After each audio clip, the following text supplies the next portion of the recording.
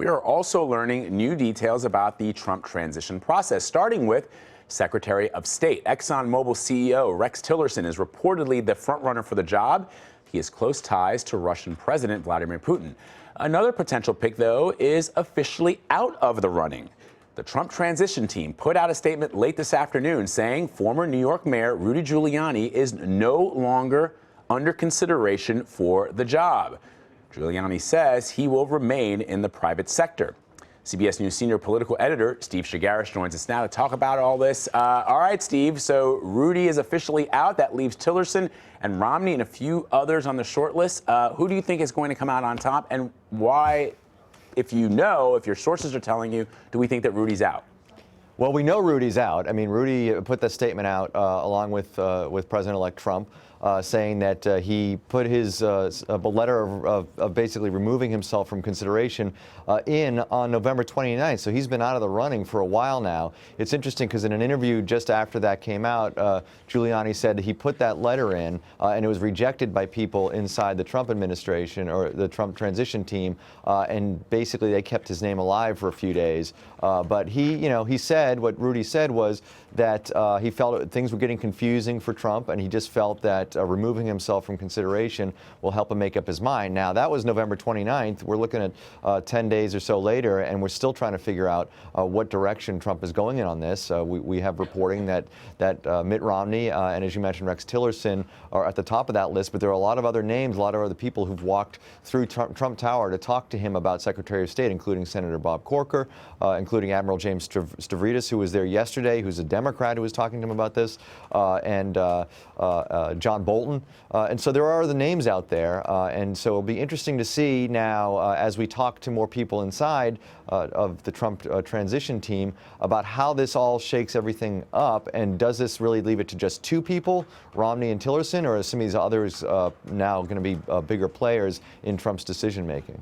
You know, Romney remains, to me, an intriguing pick because obviously Governor Romney was very, very aggressive against Donald Trump. To put it mildly, right? But then, it seems as if they've been able to at least mend some fences or mend bridges or whatever, and that he is now a potential Secretary of State. But just after the news broke that Giuliani had bowed out, he spoke to Fox News and discouraged the president-elect from choosing Romney over the criticism he leveled at Trump, obviously, during the campaign, saying, "My advice would be Mitt just went a little bit too far."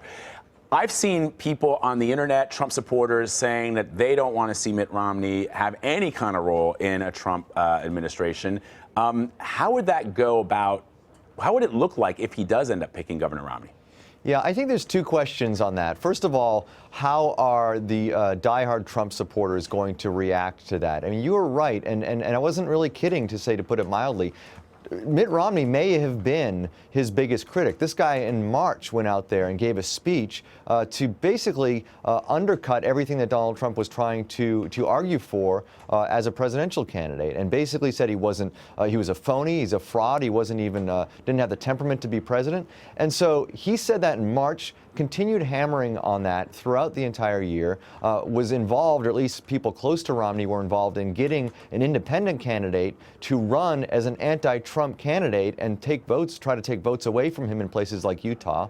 And now he's sitting down with Trump to talk about a cabinet position, perhaps one of the largest cabinet positions in Secretary of State. So the question for Trump is, one, are you worried about how your supporters are going to feel? Because as he's heard not only from the supporters themselves on the internet, as you pointed out, but also from people like Kellyanne Conway and Rudy Giuliani and Mike Huckabee and others, they said these people are not going to be happy at all if you reward somebody who basically was your enemy with a position like Secretary of State. That's question one. Question two is, what is Mitt Romney thinking as somebody who was out there who admitted publicly that he would never serve in a Trump administration, and now he's sitting down to talk with what basically was his mortal enemy during the campaign to suggest that he wants to be part of this administration. Where, burying the hatchet is sort of an understatement in this whole situation. I don't know how that's going to all work out, but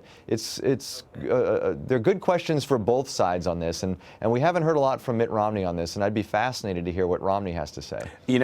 Steve, it's interesting if we can get wonky for just a second.